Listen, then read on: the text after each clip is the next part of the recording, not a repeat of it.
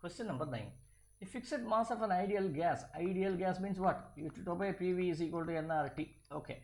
Expands slowly at constant temperature. When it expands slowly at constant temperature, what happens?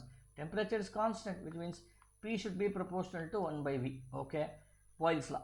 Three statements about the gas molecules during the expansion are correct. Expansion, which means, let me write, V proportional to 1 by B. V is expanding, P is decreasing.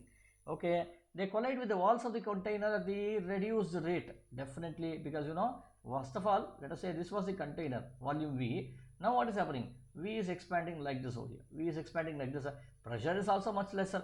When pressure is lesser, volume is expanding. What will happen? The molecules are so freely moving across here, right? And in slow motion, they are going to hit it. So therefore, it's hitting at a reduced rate. This is correct.